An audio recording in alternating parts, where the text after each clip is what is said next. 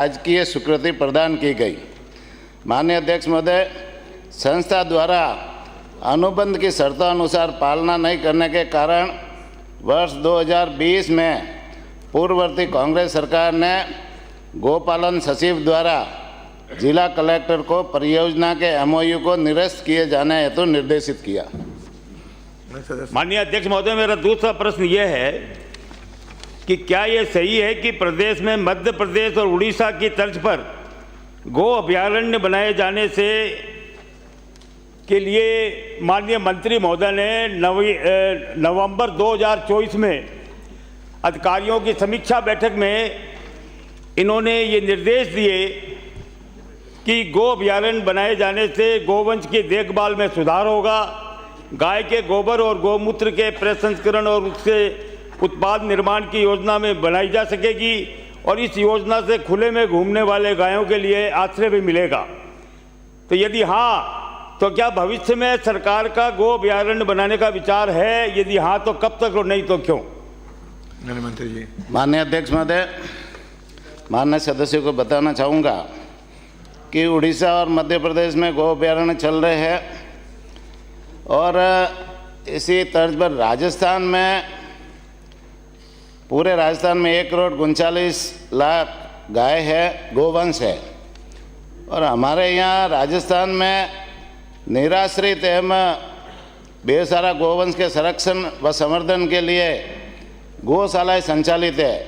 4,140 के आसपास गौशालाएँ संचालित है और पात्र गौशालाओं को गौ संवर्धन के भरण पोषण, चारे पानी के लिए बड़े गोवंश के लिए 44 रुपये, छोटे गोवंश के लिए 22 रुपये का अनुदान राज्य सरकार द्वारा दिया जा रहा है। माननीय अध्यक्ष महोदय, जिसे अभी बजट वर्ष 2025-26 में माननीय मुख्यमंत्री जी के निर्देशन में माननीय दिया कुमारी जी ने 15% बढ़ा करके 50 रुपये बड़े गोवंश को और 25 रुपये छोटे गोवंश को करने का, जो प्रतिदिन करने का निर्णय दिया, बजट में घोषणा की है।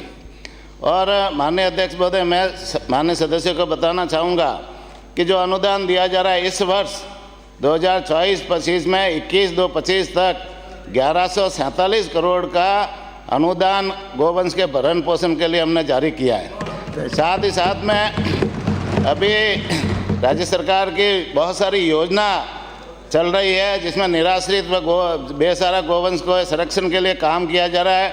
जिला स्तरीय गौशाला चल रही है जिसमें 15 गौशालाओं को हमने 6,75,00,000 के काम करवाए है। पंचायत समिति स्तरीय गौशाला चल रही है जिसमें 95 गौशालाओं में, नंदीशालाओं में 49.47 करोड़ के काम करा है। साथ ही ग्राम पंचायत स्तरीय पशु आश्रय स्थल योजना चल रही है जिसमें हमने 10 गौशालाओं में 4 करोड़ के काम करा है और गौशाला विकास योजना चल रही है जिसमें 455 गौशालाओं में हमने 26.16 करोड़ के काम करा है। साथ ही साथ में गौशालाओं का आत्मनिर्भर बनाने के लिए 100 गौशालाओं में गोकास्ट मशीनें देने का काम भी हमारी सरकार ने किया है। माननीय अध्यक्ष महोदय, मैं माननीय सदस्यों को बताना चाहूँगा कि उड़ीसा व मध्य प्रदेश में चल रही गो अभयारण्य की योजनाओं की जानकारी विभागीय स्तर पर मंगवा रहे हैं। उन दोनों सरकारों को हमने पत्र भी लिखा है। उन योजनाओं को मंगवा करके वहाँ परीक्षण कराएंगे व राजस्थान की भौगोलिक स्थिति के अनुरूप वित्तीय संसाधनों की उपलब्धता अनुसार आगे निर्णय भी लिया जाएगा। अगला प्रश्न श्री अरुण चौधरी। 2 हो गए। श्री अरुण चौधरी 197 हो गया, इतना उत्तर डिटेल। माननीय अध्यक्ष महोदय, खंड 1 जोधपुर क्षेत्र में स्थित टेक्सटाइल एवं स्टील उद्योग से जनित होने वाले औद्योगिक उचिष्ट को उपचारित करने हेतु 2 CETP क्रमशः 18.50 MLD टेक्सटाइल एवं 1.50 MLD स्टील संचालित है। स्टील उद्योग से संबंधित CETP द्वारा उपचारित जल को पूर्णतया रिसाइकिल कर रीयूज किया जाता है एवं टेक्सटाइल उद्योग से संबंधित CETP द्वारा औद्योगिक उचिष्ट को तृतीयक स्तर तक उपचारित कर निस्त्रावित किया जाता है। जोधपुर की औद्योगिक इकाइयों से प्रदूषित पानी से जिला बालोतरा के ग्राम डोली, अरावा, कल्याणपुर की जमीन एवं वातावरण प्रदूषित होने की कोई अधिकृत रिपोर्ट राजस्थान राज्य प्रदूषण नियंत्रण मंडल में उपलब्ध नहीं है। डोली अराबा कल्याणपुर क्षेत्र में माह दिसंबर 2024 एवं जनवरी 2025 में लिए गए 6 सैंपलों की रिपोर्ट परिशिष्ट ऐप पर संलग्न है। खंड 2 प्रदूषित पानी को रोकने हेतु सरकार की कार्य योजना परिशिष्ट व्यय पर संलग्न है।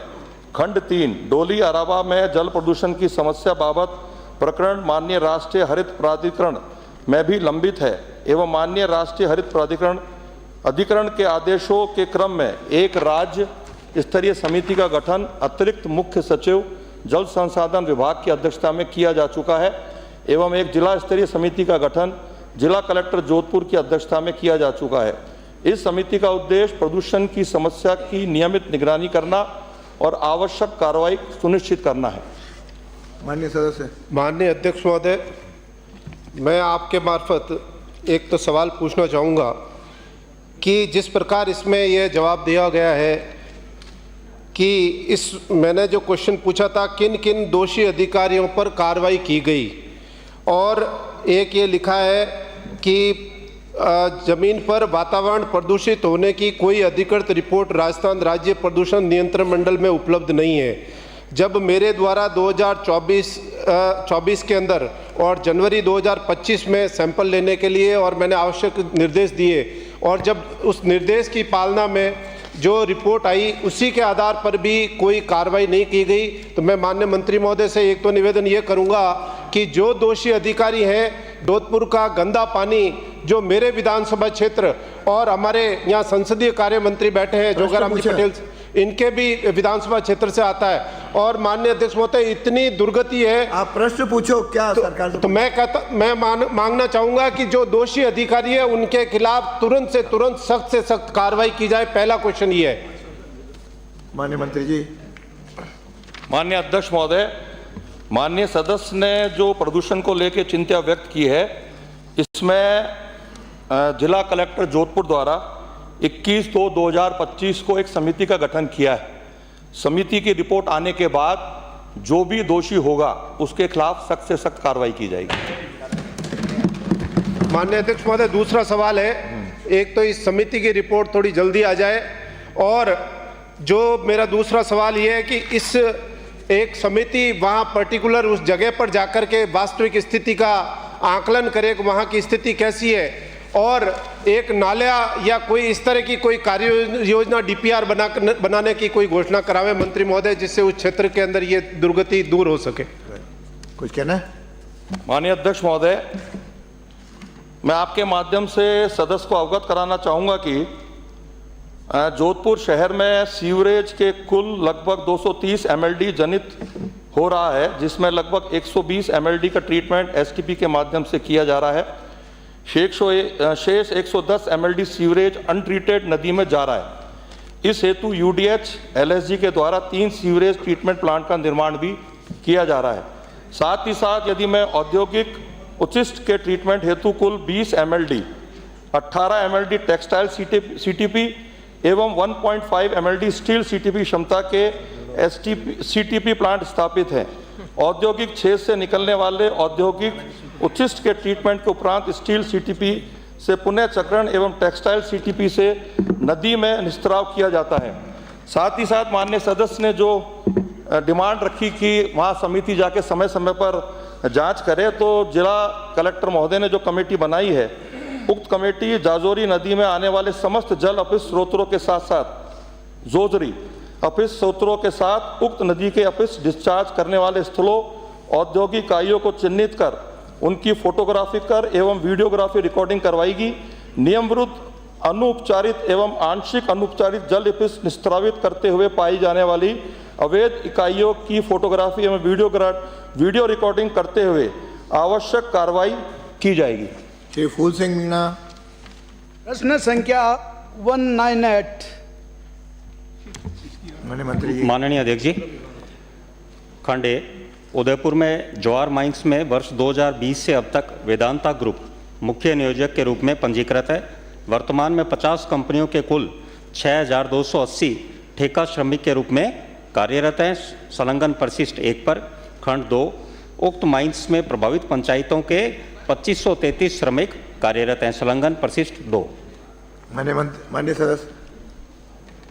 माननीय अध्यक्ष महोदय, मंत्री जी ने जो जवाब दिया है उससे मैं संतुष्ट हूँ कि वहाँ जाउर माइंस के अंदर 6280 मजदूर काम कर रहे हैं, मगर जो प्रभावित पंचायतें हैं 9 पंचायतें, वहाँ में उस माइंस के अंदर कांग्रेस की एक यूनियन है इंटक के नाम से, वो हमारे मजदूरों के लिए गांव वालों ने जो माइंस को धरना प्रदर्शन करके रोजगार के लिए बंद की थी, 17 दिन तक धरने में बैठे, तब उन्होंने ये जवाब दिया अध्यक्ष महोदय का 85% मजदूरों को हमने लोकल को लगा रखा है।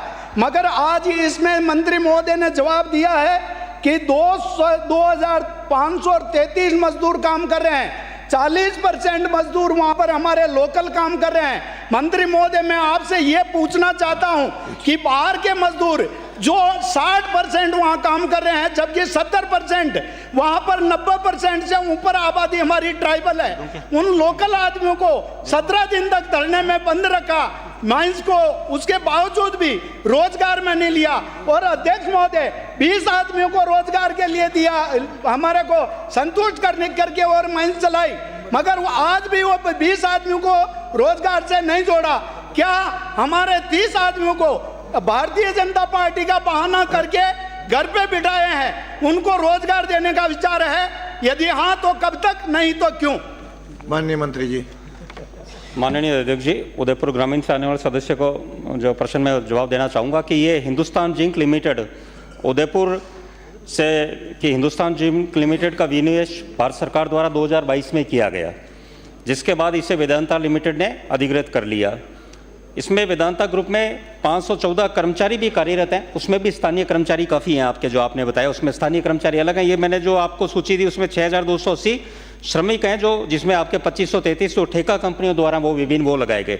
आपका प्रश्न ये कि स्थानीय लोगों को, आपका क्षेत्र आदिवासी क्षेत्र है, आदिवासी लोग हैं और ये होना भी चाहिए, वहाँ ज़्यादा से ज़्यादा लोगों को रोजगार मिलना चाहिए। तो बिल्कुल यदि सक्षम लोग हैं और उनका टेक्निकल डिग्री और उसमें प्रारंभ है, प्रगाढ़ हैं, तो उनको बिल्कुल रोजगार मिलने का प्रयास सरकार के द्वारा किया जाएगा स्थानीय लोगों को। अगला प्रश्न।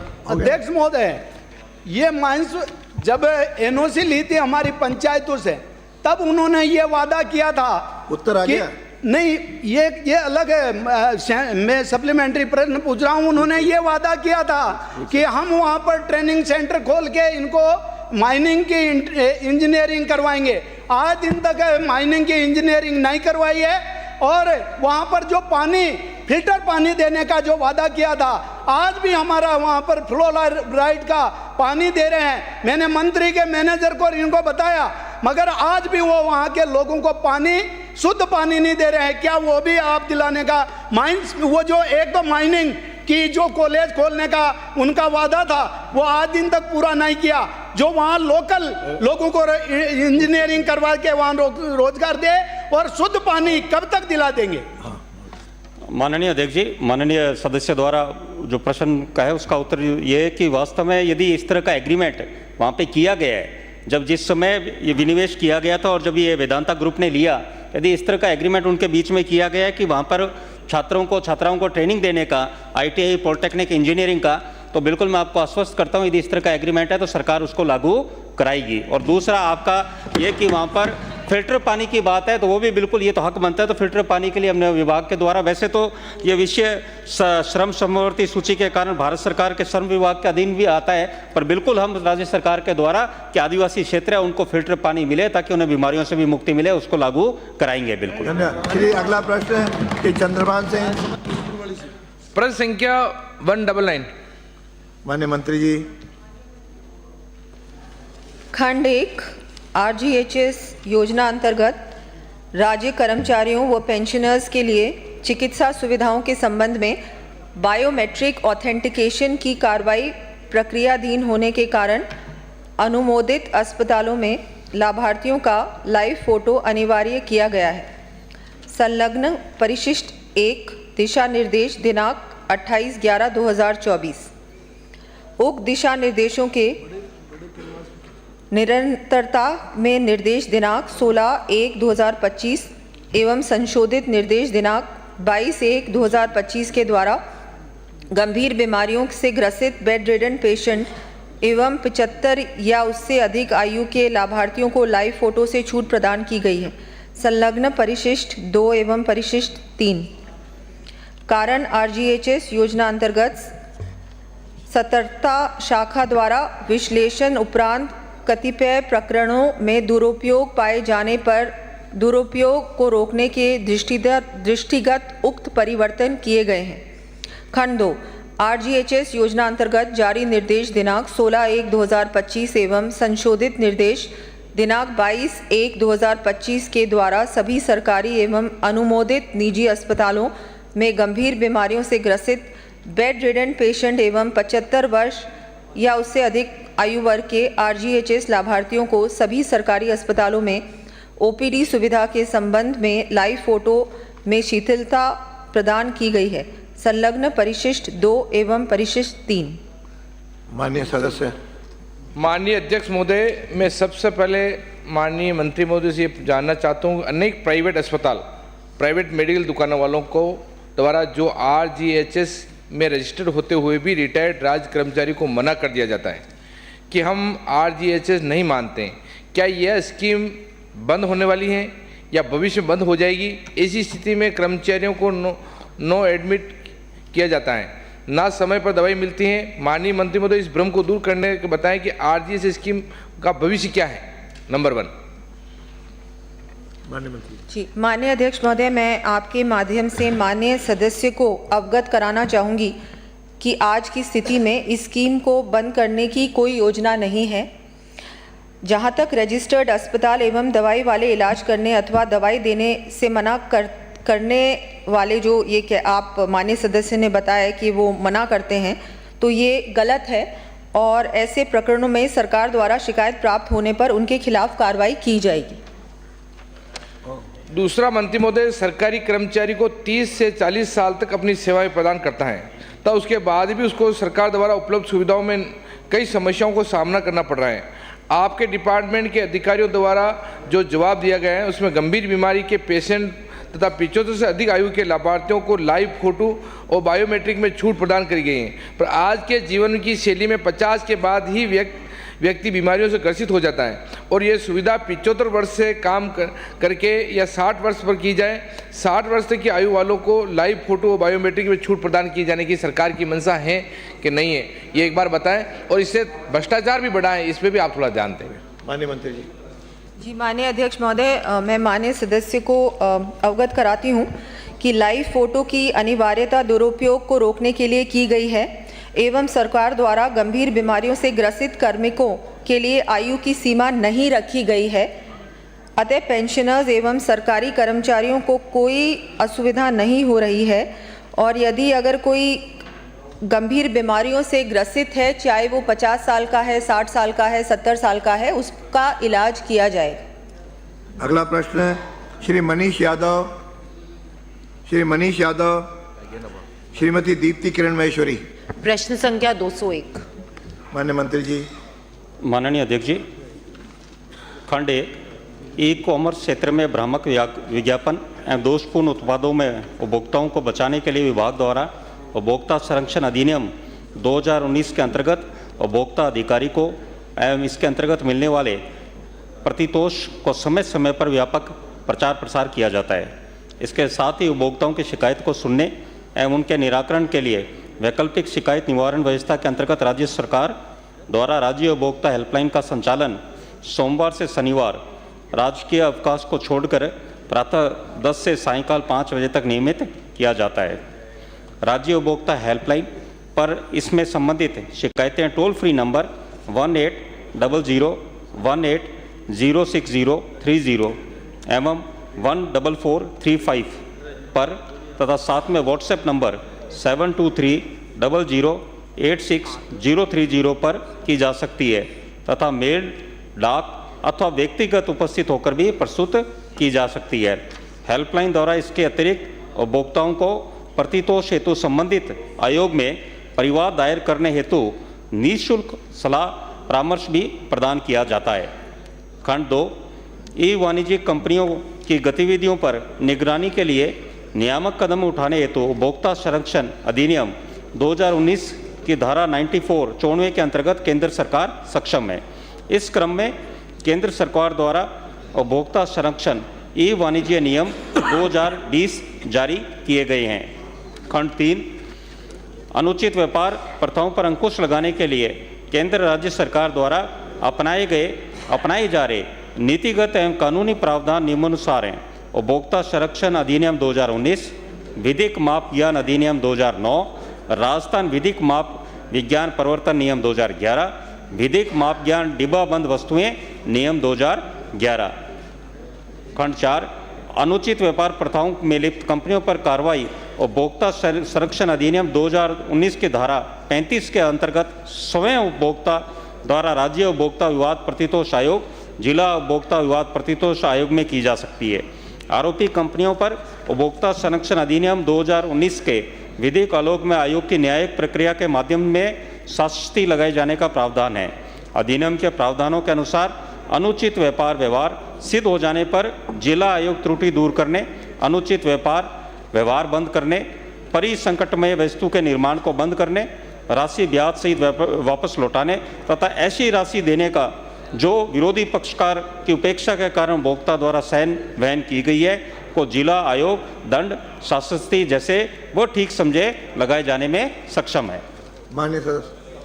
माननीय अध्यक्ष महोदय, मैं आपके माध्यम से माननीय मंत्री महोदय से जानना चाहूँगी कि इन्होंने ये हेल्पलाइन नंबर के बारे में तो बताया है, पर मैं ये जानना चाहूँगी कि ई वाणिज्य क्षेत्र में जो नकली छूट, फर्जी रिव्यू और ग्राहकों को गुमराह करने वाली जो मार्केटिंग स्ट्रैटेजीज पर रोक लगानी चाहिए, उसके लिए क्या कदम सरकार ने उठाए हैं?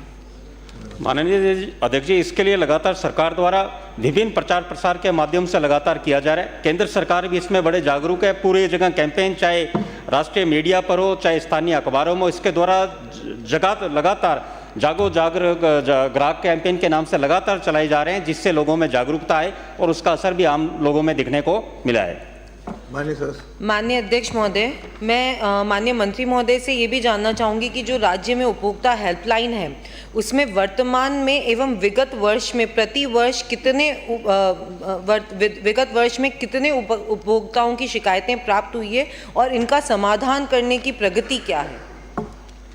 माननीय अध्यक्ष जी, मैं माननीय सदस्य को बताना चाहूँगा, विगत वर्ष में 1 जनवरी 2024 से 31 दिसंबर 2024 तक हमारे पास कुल 704 शिकायतें प्राप्त हुई, जिसमें निस्तारित शिकायतों की संख्या 524 रही और जो लंबित है वो 180 है। लगातार हमारा आयोग और विभाग पूरा उपभोक्ता हेल्पलाइन के माध्यम से ये है कि उपभोक्ताओं को न्याय मिले और उपभोक्ताओं में जागरूकता भी आए और उनको उपभोक्ताओं में ये भी लगे कि जिस तरह केंद्र सरकार माननीय प्रधानमंत्री जी द्वारा लगातार प्रयास किए जा रहे हैं कि भारत विकसित भारत बने, तो उसमें उच्च गुणवत्ता की चीज़ें मिले और उपभोक्ताओं को उच्च गुणवत्ता का सामान मिले, इसके लिए भी सरकार लगातार प्रयासरत है।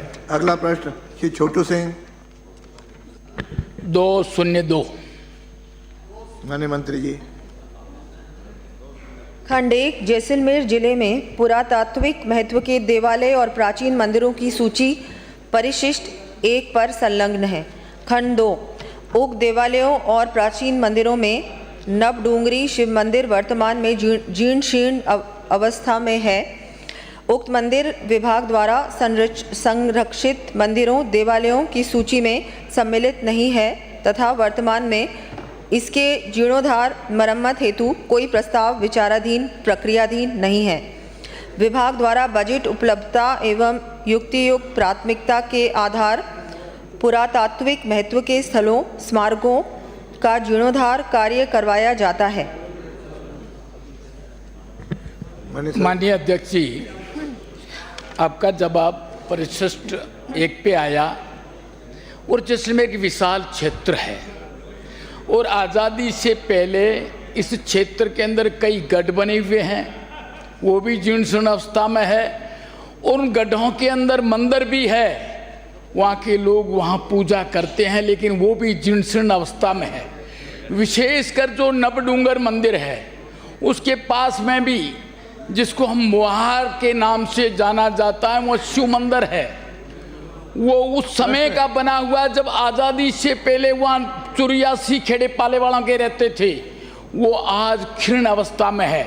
मैं माननीय मंत्री महोदय से आपके मार्फत यही निवेदन करना चाहता हूँ, पूछिए। कैसे कई मंदिर है जो इस रिकॉर्ड में इन्होंने परिशिष्ट ए पे नहीं दिया है, हमें याद है, क्या उन मंदिरों को इस रिकॉर्ड में लेके उसका मरम्मत करवाना, उसको जीर्णावस्था में नई अवस्था में लाने के अगर विचार रखते हैं या नहीं रखते हैं? माननीय मंत्री जी।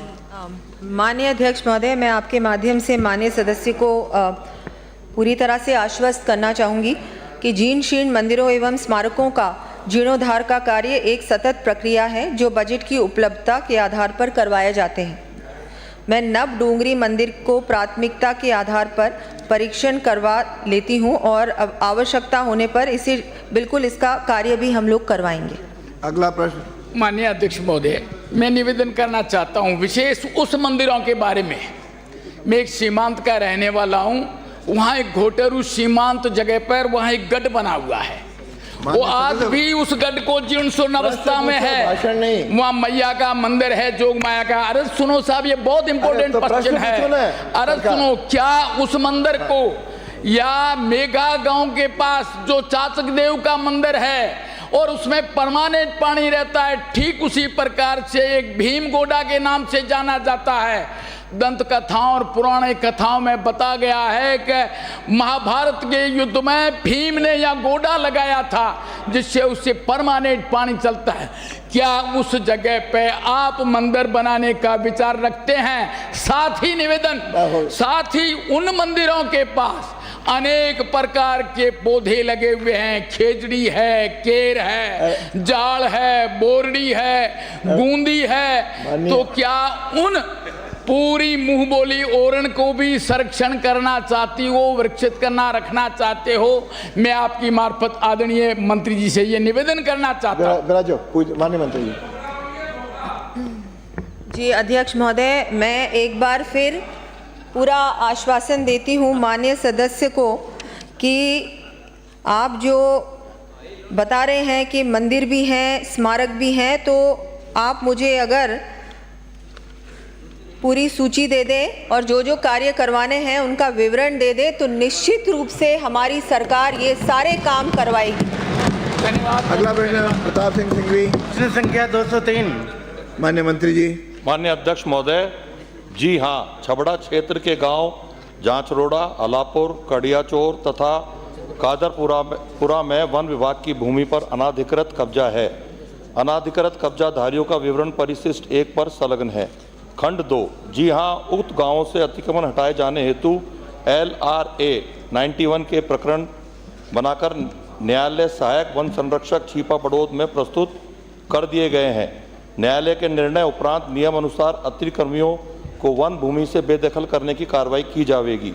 खंड 3, जी हाँ, लापरवाह अधिकारियों एवं कर्मचारियों पर कार्रवाई करने हेतु प्रधान मुख्य वन संरक्षक वन बल प्रमुख राजस्थान जयपुर के कार्यालय आदेश क्रमांक F1110 जांच 2025 राजकाज नंबर 1381493 दिनांक 25/2/2025 संलग्न परिशिष्ट 2 के द्वारा रेंज छबड़ा में वन भूमि के अतिक्रमण के क्रम में वन संरक्षक मूल्यांकन एवं प्रबोधन कार्यालय मुख्य वन संरक्षक कोटा को प्रारंभिक जांच अधिकारी नियुक्त किया गया है।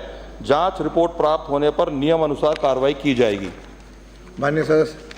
माननीय अध्यक्ष महोदय, मैं एक तो आपके माध्यम से मंत्री महोदय को निवेदन करना चाहूँगा कि मुझे ये जो जवाब दिया गया है सरकार के द्वारा, यह अधूरा है, पूर्ण जवाब नहीं है। परिशिष्ट में जो जवाब दिया है उसमें अल्लाहपुरा में किन किन लोगों की कितनी कितनी भूमि पर कब्जा है वन भूमि पर, उसका कहीं कोई जवाब नहीं है, नंबर 1। दूसरा, मैं आपको ये पूछना चाहूँगा, आपसे ये भी निवेदन करना चाहूँगा अध्यक्ष महोदय कि मैंने ये प्रश्न लगाया और लिस्टेड हुआ, उसके बाद प्रधान वन संरक्षण ने 25 फरवरी को 91 की कार्रवाई के आदेश वो CCF कोटा को दिए। मैं ये जानना चाहूँगा कि जब मैं 2005 से 2022 से लगातार चिट्ठी लिख रहा हूँ कि इस वन भूमि पर करोड़ों रुपए की टीक वुड सागवान के पेड़ काटकर कब्जा करके लोग बाग ट्यूबवेल लगाकर खेती कर रहे हैं, तो ऐसी क्या मजबूरी है फॉरेस्ट विभाग की या वहाँ के स्थानीय प्रशासन की कि इस कब्जे को नहीं हटाया जा रहा है? जबकि मैं मंत्री जी से व्यक्तिगत भी मिल चुका। मंत्री महोदय ने भी मुझे आश्वासित किया कि मैं निश्चित रूप से इस कब्जे को हटवा दूंगा, पर ये 91 की कार्रवाई करना, वो भी जैसे मेरा 50 बीघा पर 1 मिनट साहब 50 बीघा पर कब्जा है और उसको स्प्लिट करके किसी के नाम से 2 बीघा, किसी के नाम पर 3 बीघा, किसी के नाम पर 5 बीघा, ताकि वो 50 बीघा का चंक फॉरेस्ट के अधिकारियों के या मंत्री जी की निगाह में नहीं आए। और 91 की कार्रवाई जहाँ तक मैं समझता हूँ, मैं भी अध्यक्ष महोदय 40 साल से इस विधानसभा में आ रहा हूँ, पर ऐसा मैंने कभी नहीं देखा कि लगातार पत्र लिखने के बाद, चाहे सरकार पक्ष की रही हो या विपक्ष की रही हो, निश्चित रूप से कार्रवाई हुई है। और इस भूमि पर तो फॉरेस्ट विभाग ने चौकी लगाकर अतिक्रमण नहीं हो इस प्रकार की कार्रवाई की थी, फिर ऐसी क्या मजबूरी है कि चौकी हटाकर उन्हीं लोगों को वापस कब्जा करवा दिया और वो ट्यूबवेल लगवाकर वहां पर खेती कर रहे हैं। मैं इससे कह सकता हूं, इससे शर्मनाक बात इस पूरे फॉरेस्ट विभाग के लिए कोई कुछ नहीं हो सकती। मैंने सरकार को 5 पत्र लिखे हैं, वो तो मैं टेबल कर ही रहा हूँ। साथ ही मैं माननीय मंत्री महोदय से भी ये निवेदन करना चाहूँगा कि आपके सामने भी ऐसी क्या मजबूरी है कि आप ये अतिक्रमण नहीं हटवा पा रहे हो, या तो मजबूरी बताओ, जैसे हमारी आड़ोती में कहावत है, या तो बाप बताओ या श्राद्ध करो। तो बाप बताना पड़ेगा या श्राद्ध करना पड़ेगा। आपको इस जमीन पे हमारे प्रधानमंत्री चाहते हैं कि पर्यावरण सुरक्षित रहे। उत्तर सुनिए हमारे प्रधानमंत्री, माननीय सदस्य, हमारे मुख्यमंत्री, माननीय सदस्य, पूरी बात तो सुन लो। बात भाषण नहीं है, प्रश्न का उत्तर। भाषण नहीं दे रहा हूँ मैं, प्रश्न पूछ रहा हूँ। प्रश्न का उत्तर जवाब भी पूरा नहीं आया। अरे उत्तर तो आने दो ब्राजो, उत्तर जवाब पूरा दो। अरे आपका उत्तर दिलवा रहा हूँ मैं, ये मैं टेबल कर रहा हूँ, जो जवाब देना है आपको। ठीक है, ठीक है। अरे हाँ उत्तर, अरे भाई ये सदन है, प्रश्न उत्तर, प्रश्नकाल है। माननीय अध्यक्ष महोदय, उत्तर दीजिए। माननीय सदस्य ने जो पीड़ा व्यक्त की है, विशेष रूप से अलाकपुर गांव का जो उल्लेख किया, ग्राम अलापुर के सभी 9 प्रकरणों में कब्जेधारियों को नोटिस जारी कर दिए गए और सुनवाई पूरी हो चुकी है। इन प्रकरणों में कुल पेनल्टी 1,13,200 रुपये 1,13,200 रुपये अधिरोपित की गई है तथा ग्राम अलापुर के सभी अतिक्रमियों को वन भूमि से बेदखल कर दिया गया है। साथ ही साथ आपने जिस प्रकरण की अभी चर्चा करी और थोड़ा बोलते बड़े हाइपर हो गए थे, 2022 से आपने आरोप लगाया है। 2022 में कांग्रेस की सरकार थी और मुझे बताते हुए खुशी है कि आदरणीय भजनलाल जी की सरकार संवेदनशील भी है और पारदर्शी भी है। आपने जो भी पत्र लिखे उस संदर्भ में जांच भी की जा रही है और जो भी अधिकारी दोषी हैं उनके खिलाफ अनुशासनात्मक कार्रवाई के लिए पत्र जा चुका है और आने वाले समय में जो भी अतिक्रमी वन भूमि पर अतिक्रमण करेगा उसको किसी भी हालत में बर्दाश्त नहीं किया जाएगा। अतिक्रमण हटा करके वन भूमि को सुरक्षित किया जाएगा। चंद्रभान सिंह, आपके बहुत आ गए, 4 प्रश्न आ गए, आप टेबल कर दिया और क्या चाहिए? अरे भाषण का नहीं है। चंद्रभान सिंह, अरे हो गया, सारे उत्तर दे दिए। प्रश्न संख्या 204। अरे ये मिलके दे देना। माननीय मंत्री चंद्रभान सिंह का जवाब दो। प्रश्न संख्या 204। माननीय मंत्री जी।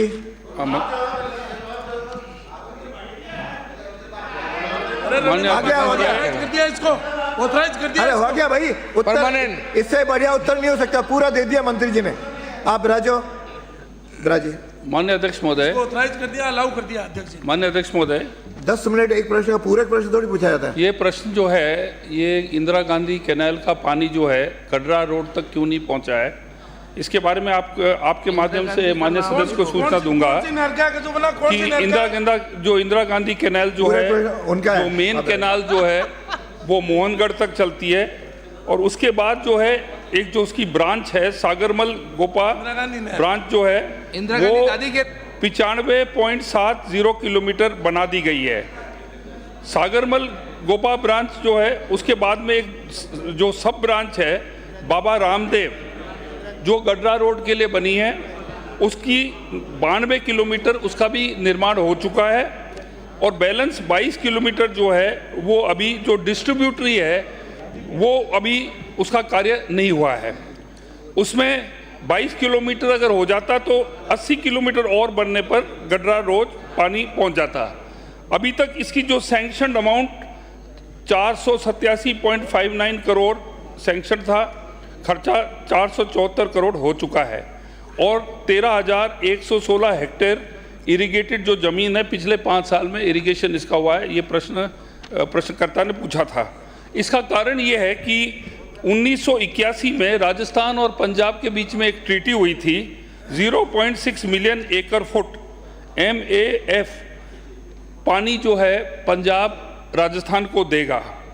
उसके पश्चात हुआ क्या कि हमारा कैनाल का सिविल वर्क्स तैयार नहीं था काफ़ी हद तक, तो हमने पंजाब को पानी यूज़ करने दिया। उसके बाद पंजाब ने पानी देना रिफ्यूज़ कर दिया। जो मुख्य कारण गडरा रोड का पानी का वो मैं आपको अध्यक्ष महोदय बता रहा हूँ। इसके पश्चात 28/10/2005 को हमारे मुख्यमंत्री जी ने की मीटिंग थी उनकी चेयरमैनशिप में और उससे ये डिस्कशन किया गया था कि भाई हमें क्या करना चाहिए। तो जब पानी है ही नहीं, पंजाब अपनी ट्रीटी को ऑनर नहीं कर रहा है, तो आगे कैनाल का सिविल वर्क्स करना अनुचित है। मामला जो है अभी सुप्रीम कोर्ट में लंबित है। माननीय सदस्य। माननीय अध्यक्ष महोदय, प्रश्न प्रत्युत्तर के साथ संलग्न है। Planning commissioner government of India, वर्तमान में उसका नाम चेंज हो गया, वर्तमान में नीति आयोग बन गया।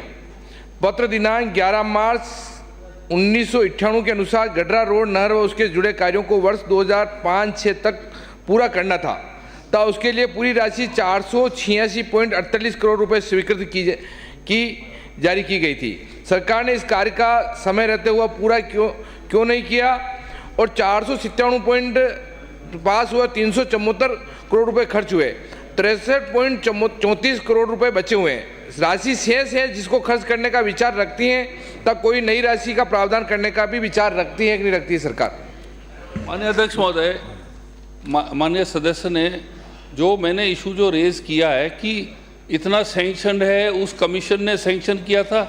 जब वो ट्रीटी रद्द कर दी, पंजाब ने पानी है ही नहीं, तो फिर निर्माण करके क्या करेंगे हम? ये मैंने आपको जवाब दे दिया था। जब पानी है ही नहीं, दूसरा स्टेट ने एक उल्लंघन किया एक ट्रीटी का, हम सुप्रीम कोर्ट में गए, तो आगे बनाना, निर्माण करना, बजट जो एलोकेटेड है उसका कोई तत्व नहीं।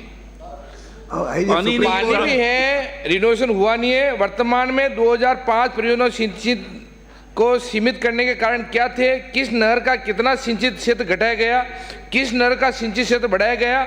सिंचित क्षेत्र के घटने से जो कार्य नहीं करवा गए उनके लिए भारत सरकार द्वारा आवंटित राशि का उपयोग कहाँ किया जाना उचित है? और इंदिरा गांधी जी, दादी जी, ये साहब नहीं, मेरे को डायरेक्ट इसका जवाब चाहिए साहब। दादी जी की बात नहीं करनी, इंदिरा गांधी जी की बात नहीं करनी, इसका थोड़ा जवाब दे दें सर। माननीय अध्यक्ष महोदय, ये प्रश्न जो पूछा था प्रश्नकर्ता ने, उन्होंने इरिगेशन के बारे में बात करी और मैंने जवाब भी दे दिया कि 13,116 हेक्टेयर जो है पिछले 5 साल में इरिगेट किया गया। तो जवाब तो मैं दे चुका हूं। ठीक है, अगला प्रश्न श्री गोपाला शर्मा। 204। माननीय मंत्री जी। खंड 1 विधानसभा क्षेत्र मांडलगढ़ के अंतर्गत 2 परियोजनाओं मांडलगढ़ एवं कोठड़ी के अधीन आंगनबाड़ी केंद्र संचालित हैं, जिनका विवरण निम्न अनुसार है। परियोजना का नाम। मंत्री जी, मेरा जवाब आ गया है, मैं पूर्व प्रश्न पूछना चाहता हूँ। माननीय अध्यक्ष महोदय, मैं आपके माध्यम से मंत्री जी से पूछना चाहता हूँ, मांडलगढ़ विधानसभा में जो भवन विहीन आंगनबाड़ी केंद्र है और उनके भवन निर्माण की क्या नीति है? और दूसरा क्वेश्चन है, मांडलगढ़ विधानसभा क्षेत्र में भवन विहीन आंगनबाड़ी केंद्रों के भवन निर्माण हेतु आप बनाने का विचार रखते हैं या नहीं? रखते हैं तो कब, नहीं तो क्यों? माननीय मंत्री जी। माननीय अध्यक्ष महोदय, माननीय सदस्य ने एक साथ 2 प्रश्न पूछ लिए हैं, तो मैं उसको एक साथ ही उत्तर दे देती हूँ, समय भी कम है। तो आपने पूछा, माननीय सदस्य ने पूछा, भवनहीन आंगनबाड़ी केंद्रों के भवन निर्माण हेतु क्या विचार है? मांडलगढ़ विधानसभा क्षेत्र में कुल 24 आंगनबाड़ी केंद्र किराए के भवनों में संचालित हैं, जिनमें से 4 आंगनबाड़ी केंद्रों जिनमें भूमि आवंटन हो चुकी है के भवन निर्माण हेतु प्रस्ताव जिला परिषद भिलवाड़ा के अनटाइड फंड से राशि स्वीकृत हेतु प्रेषित किए गए। जिला परिषद से राशि की स्वीकृति के पश्चात भवन निर्माण करवाया जाएगा। शेष 20 आंगनबाड़ी केंद्रों के लिए भूमि आवंटन करवाने हेतु प्रयास किए जा रहे हैं। भूमि आवंटन किए जाने के उपरांत बजट उपलब्धता एवं प्राथमिकता के आधार पर भवन निर्माण करवाया जाएगा। माननीय सदस्य कोई पूछना है? एक दूसरा क्वेश्चन था ना, भवन निर्माण है तो क्या विचार है? माननीय अध्यक्ष महोदय, मैं माननीय सदस्य को ये बताना चाहूँगी कि जो आंगनबाड़ी केंद्रों के नवीन भवनों का निर्माण नरेगा योजना के अंतर्गत कन्वर्जेंस के माध्यम से करवाया जाता है। भारत सरकार द्वारा निर्धारित नॉर्म्स के अनुसार एक भवन के निर्माण के लिए 12 लाख रुपए की राशि निर्धारित है, जिसमें से 2 लाख रुपए विभाग द्वारा, 8 लाख रुपए नरेगा कन्वर्जेंस से तथा 2 लाख रुपए 15वें वित्त आयोग या जिला परिषद द्वारा अन्य किसी अनटाइड फंड से लिए जाते हैं। प्राथमिकता से क्रमशः किराए के भवनों, निःशुल्क भवनों, सामुदायिक भवनों एवं अंत में राजकीय विद्यालयों में संचालित आंगनबाड़ी केंद्रों का निर्माण करवाया जाता है। प्रश्नकाल समाप्त। स्थगन प्रस्ताव पर व्यवस्था। मुझे माननीय सदस्यों को सूचित करना है, निम्नांकित स्थगन प्रस्तावों की सूचना प्राप्त हुई है। डॉक्टर सुभाष गर्ग सदस्य की ओर से भरतपुर एवं डीग जिले को यमुना जल समझौता अनुसार पानी नहीं मिलने से उत्पन्न स्थिति के संबंध में। श्री मनोज कुमार सादुलपुर सदस्य की ओर से श्रमिकों की मृत्यु उपरांत आश्रितों को एफडी की राशि नहीं मिलने से उत्पन्न स्थिति के संबंध में। डॉक्टर ऋतु बनावत सदस्य की ओर से विधानसभा में दादी शब्द को असंसदीय होने का आरोप लगाए जाने से उत्पन्न स्थिति के संबंध में। श्री चंद्रभान सिंह चौहान सदस्य की ओर से विधानसभा में दादी शब्द से उत्पन्न स्थिति के संबंध में। श्री थावरचंद सदस्य की ओर से प्रदेश में पुलिस कांस्टेबलों की ग्रेड पे नहीं बढ़ाए जाने से उत्पन्न स्थिति के संबंध में। उपरोक्त प्रस्ताव ऐसे नहीं है कि सदन की पूर्व निर्धारित कार्रवाई को रोककर इन पर विचार किया जाए, अतः इन पर अनुमति देने में असमर्थ हूँ। श्री उमेश मीणा सदस्य की ओर से डूंगरपुर जिले में संचालित माँ बाड़ी केंद्रों पर खाद्य सामग्री की आपूर्ति नहीं होने से उत्पन्न स्थिति के संबंध में। श्री यूनिस खां सदस्य की ओर से विधानसभा क्षेत्र डीडवाना में पेयजल संकट से उत्पन्न स्थिति के संबंध में। श्री रविंद्र सिंह भाटी सदस्य की ओर से विद्युत कार्यों में संवेदकों द्वारा सुरक्षा मानकों की अवहेलना किए जाने से उत्पन्न स्थिति के संबंध में। उपरोक्त प्रस्ताव भी ऐसे नहीं है कि सदन की पूर्व निर्धारित कार्रवाई को रोककर इन पर विचार किया जाए, अतः अनुमति देने में असमर्थ हूँ। फिर भी माननीय सदस्य श्री उमेश मीणा, श्री यूनिस खां एवं श्री रविंद्र सिंह भाटी को उनके प्रस्ताव की विषय वस्तु पर 2-2 मिनट बोलने की अनुमति होगी। प्रक्रिया के नियम 295 के अंतर्गत प्राप्त सूचनाएं। श्री संदीप शर्मा सदस्य की ओर से Mukundra hills tiger reserve Kota में बागों की शिफ्टिंग के संबंध में। श्री गोपाल लाल शर्मा सदस्य की ओर से विधानसभा क्षेत्र मांडलगढ़ की क्षतिग्रस्त पुलियाओं की मरम्मत के संबंध में। श्री लालाराम बैरवा सदस्य की ओर से राजकीय जिला चिकित्सालय शाहपुरा के नवीन भवन निर्माण के संबंध में।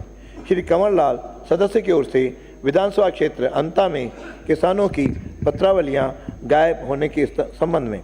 श्री छोटू सिंह सदस्य की ओर से जैसलमेर जिले में इंदिरा गांधी नहर का पानी अंतिम छोर तक नहीं पहुंचने के संबंध में। श्री चुन्नीलाल सीएल प्रेमी बैरवा सदस्य की ओर से केशरापाटन में इंद्रगढ़ की पंचायत समिति बनाए जाने के संबंध में। श्री हमीर सिंह भायल सदस्य की ओर से विधानसभा क्षेत्र सिवाना के सिणधरी में 33 केवी ग्रिड सब स्टेशन खोले जाने के संबंध में। श्री अनिल कुमार शर्मा सदस्य की ओर से सीकर में अतिक्रमण बताकर नियमानुसार निर्मित भवनों को तोड़े जाने के संबंध में। श्री मनोज कुमार सुजानगढ़ सदस्य की ओर से विधानसभा क्षेत्र सुजानगढ़ की पेयजल समस्या का समाधान किए जाने के संबंध में। श्री समरजीत सिंह सदस्य की ओर से भीनमाल शहर में बाईपास के निर्माण के संबंध में। श्री नरेंद्र बुडानिया सदस्य की ओर से विधानसभा क्षेत्र तारानगर में स्वीकृत उप जिला चिकित्सालय के भवन का निर्माण प्रारंभ करने के संबंध में।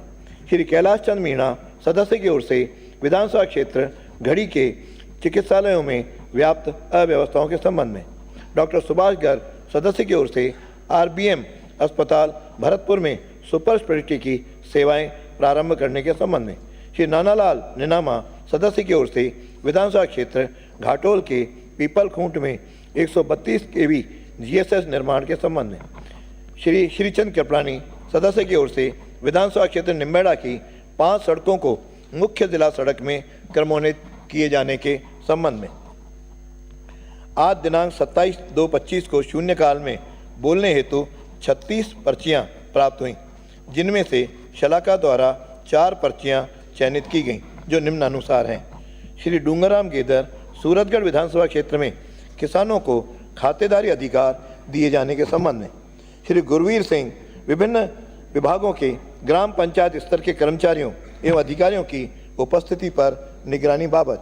श्री विश्वनाथ मेघवाल राजस्थान में सोलर प्लांट लगने वाले स्थानों पर खेजड़ी कटाई को रोकने बाबत। श्री अर्जुन लाल सदन में दादी शब्द पर चल रहे गतिरोध से जनहित के मुद्दों पर चर्चा हेतु सदन को पुनः समाधान निकालने की आवश्यकता पर चर्चा। श्री उमेश मीणा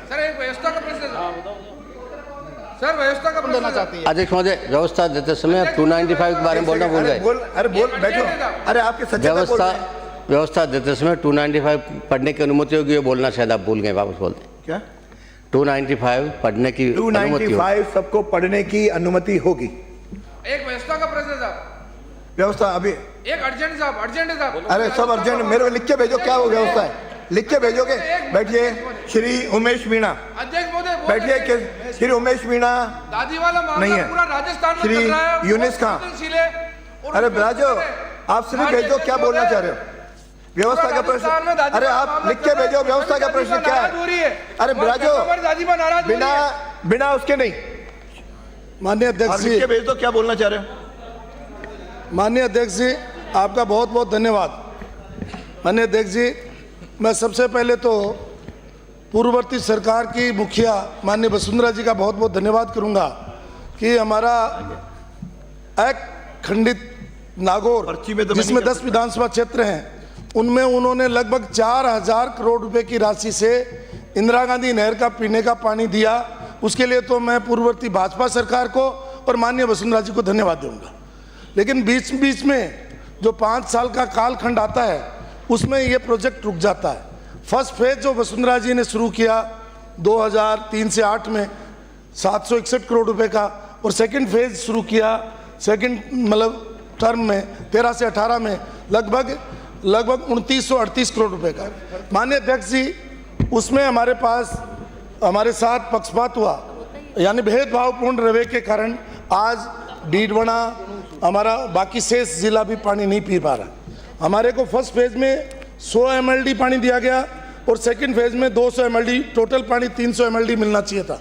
लेकिन माननीय अध्यक्ष जी, आज मतलब अखंडित जो हमारा अखंड जो नागौर जिला है, उसका लगभग 125 MLD पानी हमें कम मिल रहा है, जबकि राज्य सरकार की प्रायोरिटी होनी चाहिए कि भाई पीने का पानी पहले मिले और सिंचाई का बाद में मिले।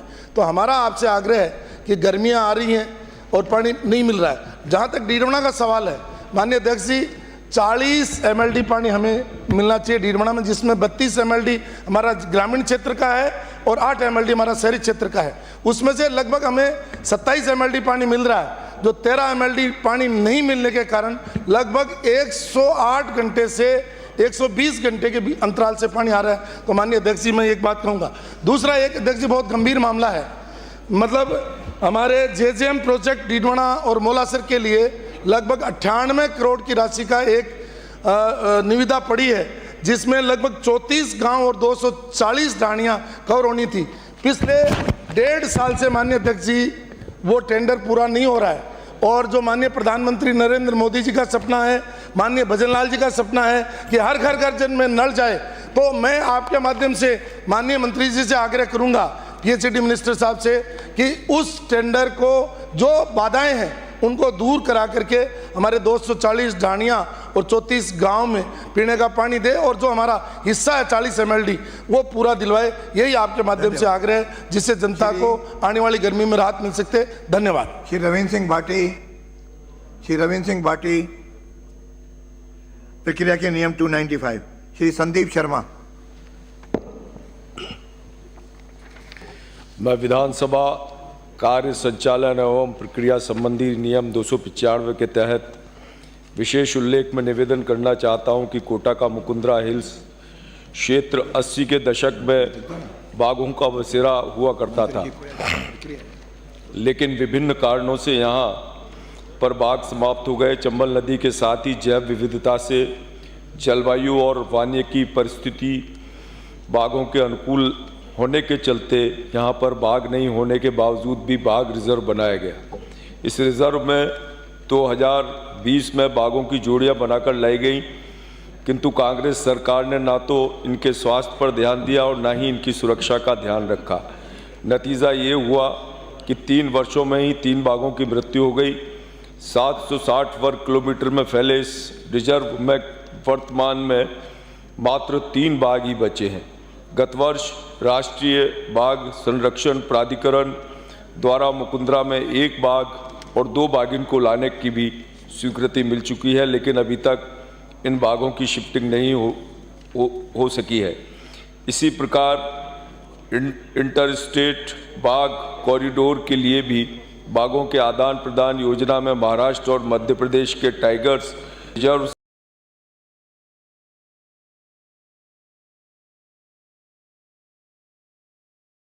मुकुंदरा में बाघ लाने की योजना को भी बाघ संरक्षण प्राधिकरण ने मंजूरी दे दी है।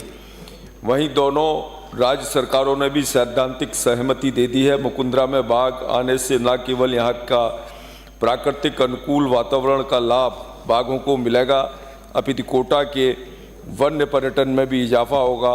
इसलिए सदन के माध्यम से मेरा आग्रह है कि कोटा के मुकुंदरा हिल्स टाइगर्स रिजर्व में प्रस्तावित बाघों की शिफ्टिंग का कार्य अवलंब पूरा करवाया जाए। धन्यवाद। 5 बजे तक जो भी आ जाएंगे। अगला श्री गोपाल लाल शर्मा।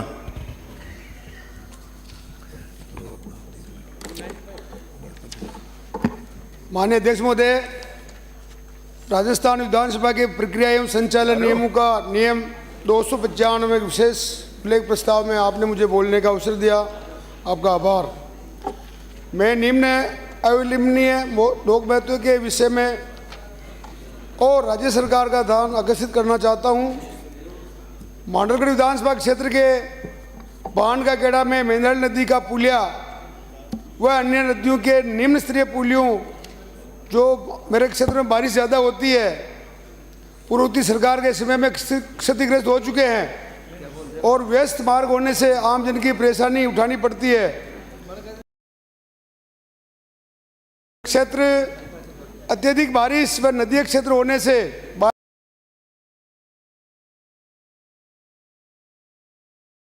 बारिश के दिनों में पुलिया नीचे होने से मार्ग अवरुद्ध हो जाता है। वह पुलिया पार करते समय काफ़ी दुर्घटनाएं व जनानी हुई है। इस साल भी हमारे नदी में माँ बेटा दोनों साथ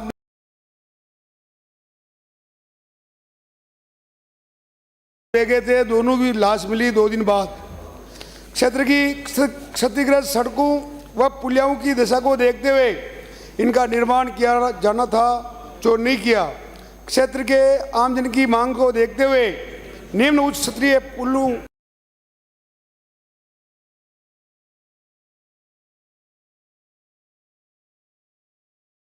व सड़कों का निर्माण करवाया जाकर राहत प्रदान करावे। पहला त्रिवेणी जोजवा सड़क ग्राम भांड का खेड़ा मेंदाली नदी पज उच्च स्तरीय पुल। दूसरा बिगोद खटवाड़ा सड़क बनास नदी पर उच्च स्तरीय पुल। मांडलगढ़ गुड़ला सड़क बडलियास बेड़स नदी के पास जो नदी बिल्कुल पुलिया नहीं है, उस पर पुलिया का निर्माण। बिजोलिया मांगटड़ा सड़क जो बिल्कुल टूट चुकी है, उसका चौड़ाईकरण व सुदृढ़ीकरण।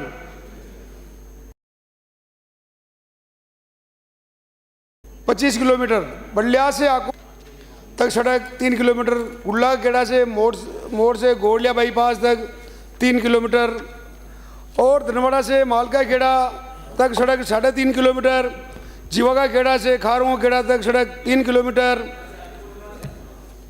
और ग्राम सुटेबा से सिंहपुरा वाया कड़ा तक सड़क 3 किलोमीटर।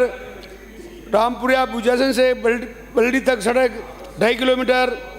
ग्राम रेन से रेन चौराहे तक सड़क 1 किलोमीटर। ये जो सड़कें बिल्कुल क्षतिग्रस्त है, जो मैं सरकार से निवेदन है कि लोकहित को देखते हुए निम्न उच्च स्तरीय पुलों व सड़कों का निर्माण करवा कर आमजन को राहत प्रदान कराई जावे। धन्यवाद। श्री लालाराम बैरवा।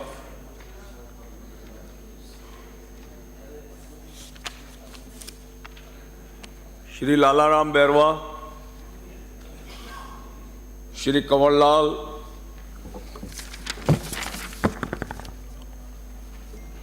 धन्यवाद सभापति महोदय।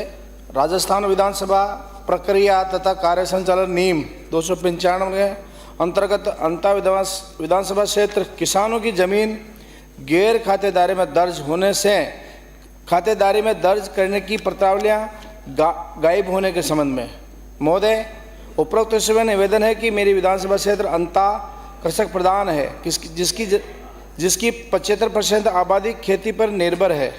मेरे विधानसभा क्षेत्र करीब 965 किसानों की भूमि गैर खातेदारी में दर्ज है, जिनकी जमीनों को खातेदारी में किया जाना था, जिनकी प्रतावलियां निस्तारण हेतु जिला कलेक्टर कार्यालय 12 में थी। गत सरकार के समय उन पत्रावलियों को गायब कर दिया गया है, जिनके कारण उक्त किसानों की भूमि खाताधारी भूमि से इंद्राज नहीं हो सकी।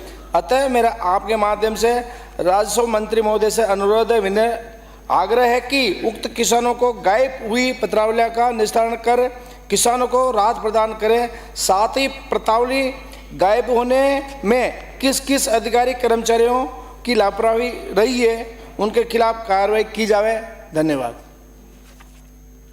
श्री लालाराम। माननीय सभापति जी, आपने 295 पे बोलने का अवसर दिया, इसके लिए बहुत बहुत धन्यवाद। मेरी शाहपुरा विधानसभा में राजकीय जिला चिकित्सालय शाहपुरा के नवीन भवन निर्माण हेतु 31 करोड़ की राशि तकनीकी स्वीकृति जारी की गई थी, परंतु 26.33 करोड़ ही प्राप्त होकर शाहपुरा में नजुल संपत्ति का निस्तारण से प्राप्त राशि 458 लाख आज तक चिकित्सालय के निर्माण हेतु प्राप्त नहीं हुई है तथा इस कार्य हेतु सिविल कार्य के कार्यादेश 9/4/2022 को होकर निर्माण कार्य 8/4/2024 को पूर्ण होना था, जो आज दिनांक तक पूर्ण नहीं होकर कार्य लंबित है, जिसके कारण शाहपुरा क्षेत्र की जनता को जो स्वास्थ्य सेवाएं उपलब्ध होनी थी वह नहीं हो रही है और जनता को अपने इलाज के लिए आज भी परेशान होकर बाहर दूर दराज जाना पड़ता है।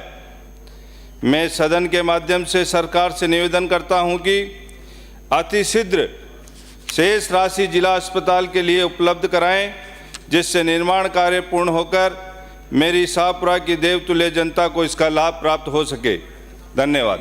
श्री छोटू सिंह। माननीय सभापति महोदय, आपने मुझे नियम 295 के अंतर्गत सदन में प्रस्ताव रखने का अवसर दिया, इसके लिए धन्यवाद।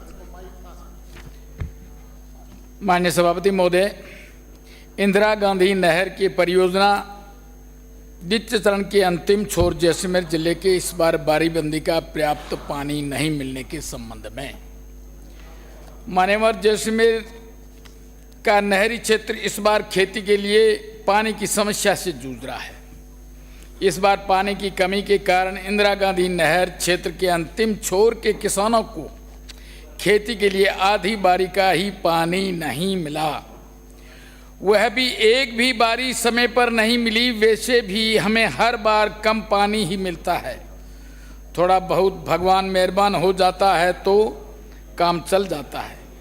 इस बार न तो मावठा पड़ा, न ही एक बारी बारिश हुई। रेगुलर सिस्टम बहुत कमज़ोर होने और अन्य प्रांतों में तालमेल के अभाव से कम पानी का ठीकरा हमारे ऊपर फोड़ दिया गया है। जैसलमेर पे हमें हर बार गोलबारी मिलती है। गोलबारी यानी पानी आया तो देंगे। इस बार जैसलमेर जिले को 3 बारी पानी नहीं मिला। वह भी जब जरूरत हुई तब नहीं मिला। बारी बंदी पिटने से भगवान से नाराज हो जाने के कारण फसलों की स्थिति अत्यंत कमजोर है। पिछले 2 अक्टूबर को हुई जल परामर्श समिति की बैठक में 4 बारियों का तय होने के बावजूद वह भी नहीं दी गई, जबकि प्रथम चरण के ही बीकानेर जिले के 5 बारियां दी गई। हमारे यहाँ कई नहरें जैसे एटीडी, टीएनडी, सादा सहित अधिकांश नहरों में 3-3 बारियां ही मिली। मैनेजमेंट की कमी के कारण कहीं बीच की नहरों में शेविंग पानी जो कि असमय देकर 4 बारियां गिना दी गई है। जिले के साथ ऐसा अन्याय क्यों? इस स्थिति के लिए कौन जिम्मेदार है? पानी न मिलने से किसान कानून व्यवस्था को हाथ में लेने का प्रयास कर रहे हैं। इसके लिए सीधे तौर पर अधिकारी जिम्मेदार होंगे, क्योंकि अब फसलों को पकने की ओर और एक बार यदि सभी किसानों को बारीबंदी का पानी मिल जाए तो किसान थोड़ी बहुत फसल प्राप्त कर अपनी लगाई हुई पूंजी प्राप्त कर सकते हैं। मेरा सरकार से आग्रह है कि तुरंत ही जिले के अंतिम छोर में बैठे किसानों को बारीबंदी का पानी उपलब्ध करावे जावे और जिम्मेदार अधिकारियों की जवाबदारी तय की जाए। धन्यवाद। श्री चुन्नीलाल सीएल प्रेमी बैरवा, श्री हमीर सिंह भायल,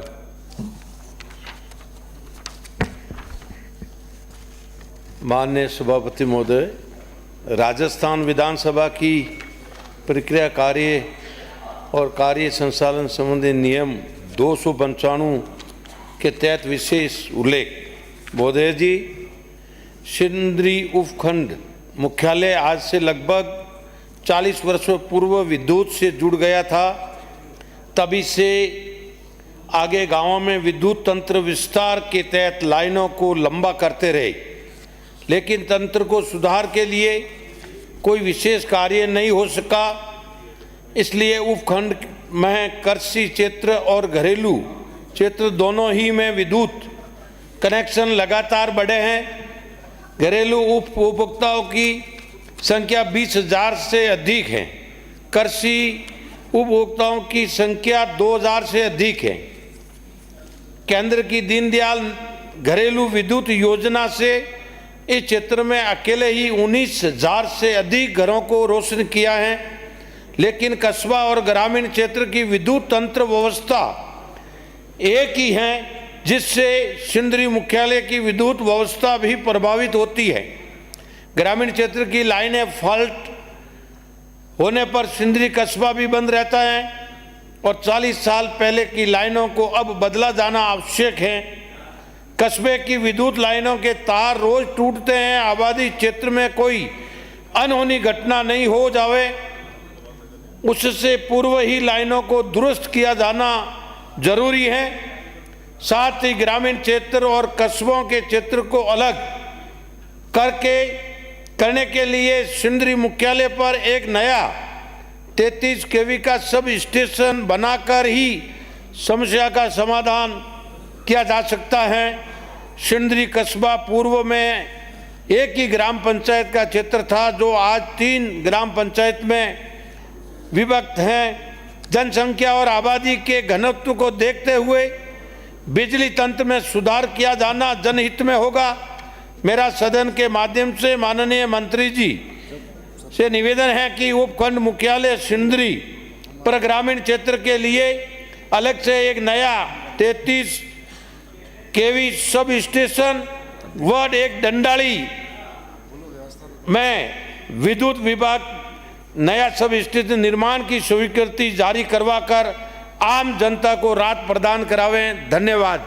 जय भारत। श्री अनिल कुमार शर्मा, श्री मनोज कुमार, श्री समरजीत सिंह, श्री नरेंद्र बुढ़ानिया, श्री कैलाश चंद मीणा। माननीय सभापति महोदय जी, नियम 295 के तहत विशेष उल्लेख ब्लॉक गढ़ी CSC PSC में पनप रही अव्यवस्था एवं भ्रष्टाचार के संबंध में बोलने का मौका देने पर बहुत बहुत धन्यवाद। विषय अंतर्गत चिकित्सा विभाग के अंतर्गत ब्लॉक गढ़ी के अंतर्गत उप जिला चिकित्सालय प्रतापपुर, CSC पालोदा, तलवाड़ा, गढ़ी, अर्थुणा, जोलोना, सरेड़ी बड़ी संचालित है एवं PSC लोहरिया, भीमपुर, खोडन, मोर, बोरी, आजना, पाचौड़ा, कोटड़ा, उडवाड़ा, पनासी चोटी, गोपीनाथ का गढ़ा, वजवाड़ा, कोहाला, चिड़ियावासा, गलकिया आदि क्षेत्र में संचालित हैं, जिसमें ब्लॉक शिक्षा अधिकारी CSC PSC प्रभारियों द्वारा साफ सफाई, मेंटेनेंस, रख रखाव की राशि का दुरुपयोग कर भ्रष्टाचार की भेंट चढ़ रहा है। विगत वर्ष 2022, 2023, 2024 के तहत उक्त राशि का टेंडर चयतों को दिया गया था, मजदूर नहीं लगाकर फर्जी राशि उठाई गई। वर्ष 2024-25 में बिना टेंडर के सभी स्थानों पर फर्जी सफाई कर्मियों के नाम लिखकर राशि उठाई जा रही है एवं उप जिला चिकित्सालय की दुर्दशा है। गंदगी का अंबार लगा हुआ है। समस्त CSC PSC में से लेट बात एवं वार्डों में गंदगी से मरीज परेशान हैं। चिकित्सा ब्लॉक अधिकारी मान्य इंचार्ज द्वारा ध्यान नहीं दिया जा रहा है। अध्यक्ष महोदय के आपके माध्यम से अनुरोध है कि सरकार एवं विभाग को इस ओर ध्यान आकर्षित कर इनके खिलाफ कार्रवाई करने का निवेदन है। डॉक्टर सुभाष गर्ग। धन्यवाद सभापति महोदय। प्रक्रिया के नियमों के नियम 295 के अंतर्गत मैं सदन के माध्यम से सरकार से निवेदन करना चाहता हूं कि भरतपुर मेडिकल कॉलेज के अधीन RBM अस्पताल में विगत कई बजट घोषणाओं में सुपर स्पेशलिटीज़ की 10 सेवाएं शुरू करने की घोषणाएं की गई थीं, किंतु उक्त समस्त सेवाओं को आज दिनांक तक शुरू कर धरातल पर नहीं उतारा गया है। केवल पद स्वीकृत कर दिए गए हैं, अधिकांश पद रिक्त हैं। RBM अस्पताल में आउटडोर मरीजों की संख्या लगभग 4000 के लगभग है। उक्त अस्पताल में डी, कामा, नदबई, बयाना एवं उत्तर प्रदेश के ग्रामीण जन चिकित्सा सुविधाओं का लाभ उठाने प्रतिदिन आते हैं। उक्त अस्पताल में जो सुपर स्पेशलिटी सेवाओं के लिए अभी तक जिस स्तर के मेडिकल इंफ्रास्ट्रक्चर की आवश्यकता है उसको उपलब्ध नहीं कराया गया है। ICU में भी ICU जैसी सुविधाएं नहीं मिल पा रही हैं तथा इमरजेंसी में भी विशेषज्ञ सेवाएं प्रदान नहीं की जा रही हैं। कम गंभीर रोगियों को भी भरतपुर से जयपुर या अन्यत्र स्थानों पर रेफर कर दिया जाता है। उल्लेखनीय है कि भरतपुर संभाग का सबसे बड़ा अस्पताल है। विस्तार प्रक्रिया के तहत भवन निर्माण कार्य भी अभी तक पूरा नहीं हो पाया है। भवन निर्माण कार्य में टेंडर की शर्तों में दी गई समयावधि में ठेकेदार द्वारा कार्य पूर्ण न किए जाने पर भी सरकार द्वारा कोई विभागीय कार्रवाई नहीं की गई है। अतः जनहित को दृष्टि में रखते हुए मेरा इस सदन के माध्यम से सरकार से आग्रह कि सरकार द्वारा बजट घोषणाओं की गई सुपर स्पेशलिटी सेवाओं को शीघ्र शुरू कर मरीजों के साथ आम जन को राहत प्रदान करने की कृपा करें। धन्यवाद। श्री नानालाल निनामा।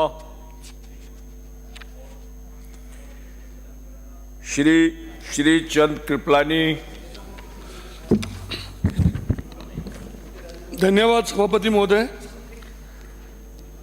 नियम 295 के अंतर्गत मैं आपके माध्यम से ये निवेदन करना चाहता हूँ कि विधानसभा क्षेत्र निम्बाड़ा छोटी साड़ी जो कि सीमेंट हब होने के कारण यहाँ पर वाहनों का परिवहन अत्यधिक मात्रा में होता है।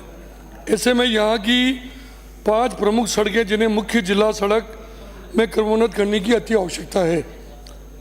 सभापति महोदय, ये सड़क मार्ग अम्बा माता से होकर वाया मरजीवी, केलूखेड़ा, बरखेड़ा, रंबावली से NH 113 रंबावली चौराया तक कुल 49 किलोमीटर के अंतर जिला सड़क है, जो चित्तौड़गढ़ एवं प्रतापगढ़ जिला एवं निम्बाड़ा एवं छोटी साड़ी तहसीलों को जोड़ने वाला कम दूरी का महत्वपूर्ण विकल्प मार्ग है।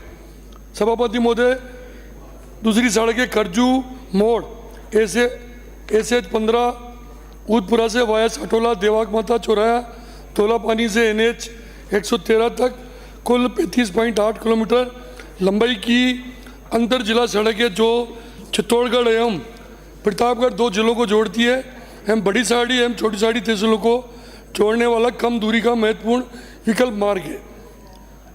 सभापति महोदय, एक सड़क है मांगरोल NH 79 अन्या जोशी, अनोदा, मेवासा, उत्पुरा, पालचा MDR 20 तक कुल 32 किलोमीटर लंबाई की सड़क है। चित्तौड़गढ़ एवं निम्बाड़ा तहसीलों को जोड़ने वाला कम दूरी का महत्वपूर्ण वैकल्पिक मार्ग है। सभापति महोदय, एक सड़क है निम्बाड़ा से वाया करताना, पाचड़, सोलंकी, मायरा MDR 209 तक कुल 20 किलोमीटर लंबाई की सड़क है। चित्तौड़गढ़ एवं निम्बाड़ा तहसीलों को जोड़ने वाला कम दूरी का महत्वपूर्ण वैकल्पिक मार्ग है। 5वां NH 113 भाड़ी से बम्बोरी MDR 210 तक कुल 15 किलोमीटर की लंबाई की सड़क है। निम्बाड़ा एवं छोटी साड़ी तहसीलों को जोड़ने वाला कम दूरी का महत्वपूर्ण वैकल्पिक मार्ग है। सभापति महोदय, मेरा आपके माध्यम से निवेदन है, सरकार से निवेदन है कि उक्त अति आवश्यक सड़क मार्ग को मुख्य जिला सड़क MDR में क्रमोन्नत करने का श्रम कर आमजन को राहत पहुंचाएं। धन्यवाद। पर्ची श्री डूंगर राम गैदर, श्री डूंगर राम गैदर, श्री गुरवीर सिंह। माननीय सभापति महोदय, आपने मुझे बोलने का अवसर दिया, आपका बहुत बहुत धन्यवाद। राजस्थान के ग्रामीण क्षेत्र की एक जो समस्या मैं सदन के सामने रखना चाहता हूँ कि हमारा जितना भी ग्राम स्तर लेवल के जितने भी अधिकारी हैं विभिन्न विभागों में, चाहे वो पंचायती राज का सेक्रेटरी है, चाहे वो कृषि विभाग का ग्राम सेवक है, पटवारी गिरदावर है, और डॉक्टर्स हैं, नर्सिंग स्टाफ है, लाइनमैन है, ऐसे बहुत से अधिकारी कर्मचारी हैं जिनका उपस्थिति वहाँ पंचायत हेडक्वार्टर पे पूरे राजस्थान भर में लगती है। उनके कार्यालय निर्धारित हैं, सबको वहाँ जाना, वहाँ उपस्थिति दर्ज कराना लाजमी है, पर 90% ज़्यादातर वहाँ उपस्थिति दर्ज नहीं कराते और उनकी निगरानी की कोई व्यवस्था सरकार के पास नहीं है। आज टेक्नोलॉजी का ज़माना है, आज आर्टिफिशियल इंटेलिजेंस का ज़माना है। हमारी मोबाइल लोकेशन से दुनिया भर की ऐप्स उसको यूज़ करके तरह तरह के काम किए जा सकते हैं। क्यों मेरा सरकार से मांग है और सुझाव है कि राजस्थान की सरकार को भी कोई सॉफ्टवेयर डेवलप करके कोई ना कोई हमारा डैशबोर्ड ऐसा बनाया जाए, जब भी वो अधिकारी या कर्मचारी अपने पंचायत स्तर पे हेडक्वार्टर को छोड़े तो नोटिफिकेशन आए और उससे जवाब मांगा जाए, क्योंकि उसके मॉनिटरिंग का आज का सरकार का कोई तरीका नहीं है। इसके ऊपर स्तर पर जाएं तो किसी से भी आज जाकर पूछा जाए तो उनके पास एक ही बहाना है कि VC चल रही है। तो मेरा सरकार से निवेदन है कि VC के लिए भी कोई डेट निर्धारित की जाए। आज जो मजदूर आदमी है, किसान आदमी अपना काम काज छोड़ करके जब अधिकारियों के कर्मचारियों के चक्कर काटता है और वो वहाँ नहीं मिलते, वो पीछे तहसील हेडक्वार्टर पे भागता है, तो उसमें जो आदमी दिन में 300-400 रुपया कमाने वाला उनके पीछे पीछे भागता है, नरेगा का कर्मचारी उनके पीछे भागता है। सरकार एक सिंपल सी बात है, मोबाइल डिवाइस की लोकेशन को लोकेट करके उनकी उपस्थिति उनके संबंधित पंचायत हेडक्वार्टर पर उनका सुनिश्चित करे। मेरी सरकार से मांग है। बहुत बहुत धन्यवाद। मंत्री महोदय यदि बोलना चाहें तो। श्री कार्य मंत्री से आग्रह है कि VC वाले विषय को रिव्यू कर लें। जब भी फील्ड में किसी से भी बात करो, चाहे उसके VC चल रही हो या नहीं चल रही हो, वो अधिकारी कहता है VC में हूँ साहब, और फिर क्या सचिवालय से आज PhD सेक्रेटरी ले रहा है, कल PW लेगा, परसों होम लेगा, तो वो सारे अधिकारी इन्वॉल्व हो जाते हैं। तो इसके कोई न कोई विधि तय करें। माननीय संसदीय कार्य मंत्री सरकार से आग्रह है इसका रिव्यू करके और शेड्यूल तय करवा दें। डॉक्टर श्री विश्वनाथ मेघवाल। सभापति महोदय, धन्यवाद, आपने बोलने का मौका दिया। सभापति महोदय, राजस्थान में विभिन्न क्षेत्रों में सौर ऊर्जा के बहुत सारे सोलर प्लांट लग रहे हैं, जिसके तहत मेरी विधानसभा क्षेत्र खाजूड़ा में भी, बीकानेर में भी सोलर प्लांट लगाए जा रहे हैं। ये बात सही है, राजस्थान सरकार एक अच्छा काम कर रही है, एनर्जी प्रोडक्शन में इसको बढ़ोतरी होगी, लेकिन प्लांट स्थापित करने के लिए हजारों बीघा ज़मीनों की आवश्यकता रहती है। इन ज़मीनों में हमारे पुराने खेजड़ी के वृक्ष लगे हुए हैं, जो कि हमारे पूर्वजों ने बचा कर रखे हैं। खेजड़ी का वृक्ष एक पवित्र वृक्ष है, जो एक हमारे समाज विशेष बिश्नोई समाज या धर्म से जुड़ा हुआ भी है, जो एक राज्य वृक्ष की श्रेणी में भी आता है। पिछली सरकार के समय सभापति महोदय, बिना अनुमति के लगभग 50 से 60 हज़ार खेजड़ी के पेड़ों का काटा जाना विभिन्न सामाजिक संगठनों एवं पर्यावरण प्रेमियों द्वारा बताया गया, जिसके लिए पिछले वर्ष खेजड़ी बचाओ संघर्ष समिति एवं पर्यावरण बचाओ संघर्ष समिति संगठनों द्वारा करीब 60-70 दिन तक बीकानेर में धरना प्रदर्शन भी किया गया प्रशासन से कई बार वार्ता भी हुई। उक्त समस्या को माननीय मुख्यमंत्री श्री भजन लाल जी शर्मा साहब के पास भी रखा गया। सभापति महोदय, जोधपुर में खेजड़ी ग्राम में सन 1730 में खेजड़ी बचाने के लिए अमृता देवी एवं 363 स्त्री पुरुषों द्वारा बलिदान भी किया गया था।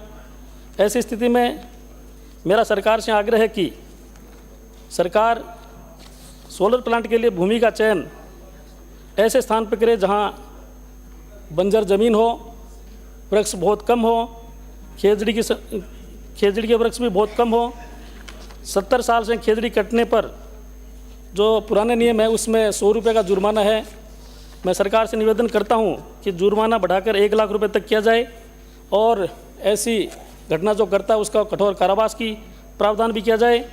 एक ऐसा ट्री प्रोटेक्शन एक्ट भी सरकार बनाए जिससे कड़े नियम बनाकर खेजड़ी कटने से रोका जाए। वर्तमान में सोलर प्लांट स्थापित करने में आने वाली खेजड़ियों वृक्षों की ट्रिमिंग या छंगाई कर खेजड़ियों को काटने से रोककर उसको बचाया जाए। सभापति महोदय, पर्यावरण को बचाने के लिए सोलर कंपनियों को पाबंद कर उसकी जगह एवज में पेड़ भी लगाने एवं खेजड़ी लगाने का नियम भी बनाया जाए। मैं सभापति महोदय इस मौके पर ये बताना चाहूँगा कि हमारे माननीय मुख्यमंत्री श्री भजन लाल जी शर्मा साहब का बहुत ही अच्छा सोच और विचार है। उन्होंने पहले भी मैंने एक ऐसा मुद्दा उठाया था जिसमें सोलर कंपनियों द्वारा SC ST की ज़मीन का जो लीज पे दी जाने का जो कन्वर्जन करने का नियम था उसमें भी माननीय मुख्यमंत्री जी ने स्थिरता प्रदान कर हमारे क्षेत्र के और पूरे राजस्थान के SC ST के भाइयों के लिए बहुत ही बड़ी सौगात दी। वो भी अपनी ज़मीन को लीज पर देकर और जो नियम है उसको सरल बनाया। इस मौके पर मैं ये कहना चाहूँगा कि इन खेजड़ी के लिए, खेजड़ी बचाने के लिए भी एक ट्री प्रोटेक्शन एक्ट बनाकर पर्यावरण प्रेमियों की भावना का सम्मान किया जाए। यही मेरा कहना है। सभापति महोदय, आपने समय दिया, धन्यवाद। श्री अर्जुन लाल।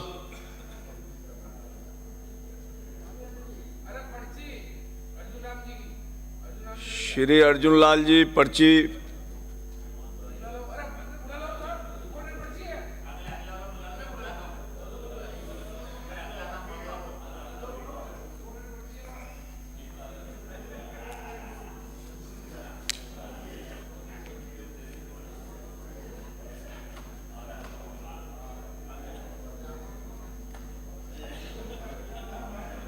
श्री अर्जुन लाल जी।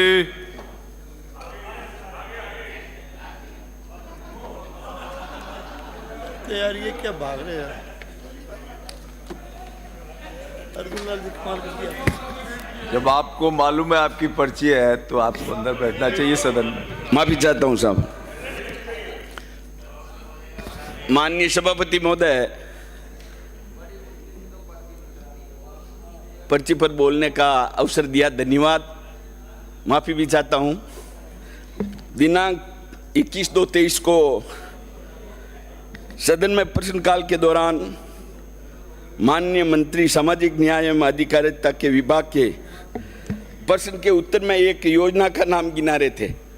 तब योजना का नाम में इंदिरा गांधी के महिला कामकाजी हॉस्टल, जो कि पूर्ववर्ती कांग्रेस सरकार ने बजट 23-24 में घोषणा की, लेकिन गत सरकार ने इस योजना पर 1 रुपया भी खर्च नहीं किया, न इस बजट में कोई प्रावधान रखा, तथा योजना के नाम के आगे जब मंत्री महोदय उत्तर दे रहे थे तो फ्लो में दादी शब्द बोल दिया गया तो विपक्ष ने हंगामा शुरू कर दिया।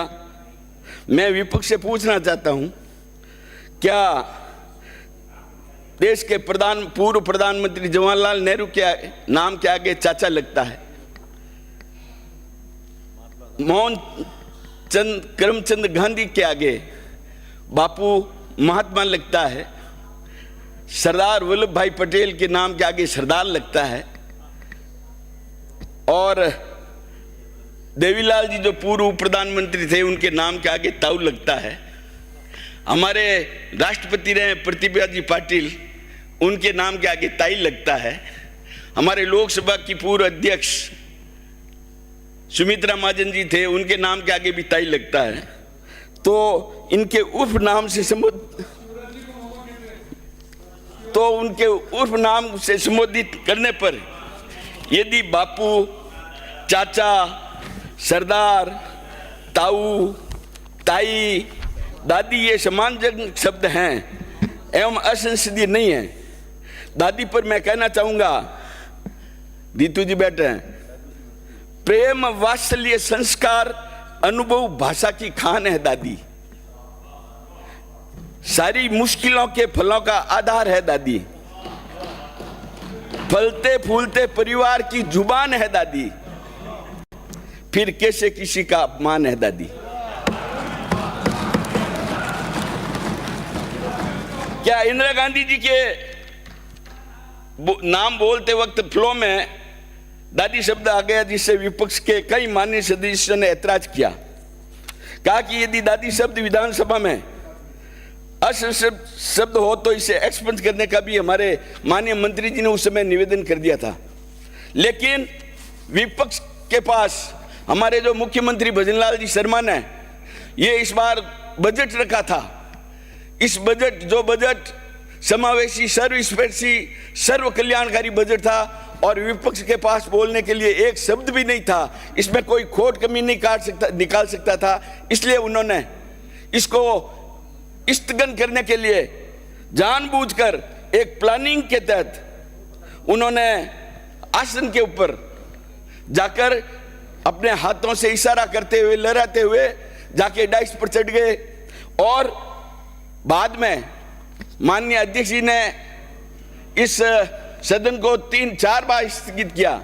लेकिन पहली बार स्थगन करने के बाद यहाँ पे सदन के अंदर फ्लोर में सभी माननीय सदस्य देख रहे थे कि हमारे विपक्ष के ये अभी वो आप बैठिए माननीय सदस्य, आपका नंबर आए थे बोलना। लेकिन विपक्ष द्वारा मंत्री महोदय पर माफी मांगने पर एक बहाना बनाकर हट गए और इस सदन को आज 5 दिन से निरंतर एक गतिरोध बढ़ा हुआ है। मैं जिसमें कांग्रेस प्रदेश अध्यक्ष जो एक अपनी महती भूमिका रखता है, वो भी अन्य माननीय सदस्यों के साथ आह्वान करके आसन के प्रति अपशब्द बोले, वो बहुत ही दुर्भाग्यपूर्ण और निंदनीय है, क्षमा करने योग्य नहीं है। ये पूरा सदन उसकी भर्त्सना करता है। मीडिया बाद में मीडिया में जाकर बाहर कहता है कि अध्यक्ष जी ने एक प्लान के तहत हमारे ऊपर ऐसे आरोप लगा के इन्होंने ऐसा छपवा दिया है। लेकिन हकीकत बात है कि वो सबके सामने यहाँ बोल रहे थे अध्यक्ष जी, और जो राज्य स्तर के, प्रदेश स्तर जो प्रिंट मीडिया है, अखबार है, उनके ऊपर उन्होंने आक्षेप लगाया। तो वो भी एक ऐसा कुकृत्य है, उनके लिए क्षमा योग्य नहीं है। मैं लक्ष्मणगढ़ से आने वाले माननीय सदस्य तक ये ओछी मानसिकता दर्शाती है। ये करते भी बहुत ही दुर्भाग्यपूर्ण एवं निंदनीय है। हमारा दल इसकी निंदा करता है। हम माननीय अध्यक्ष महोदय, इस सदन को चलाना जितनी जिम्मेवारी सत्ता पक्ष की होती है, उतनी जिम्मेवारी विपक्ष की भी होती है। और ये सदन मर्यादाओं, नियमों एवं परंपराओं से चलता है। मैं सदन के माध्यम से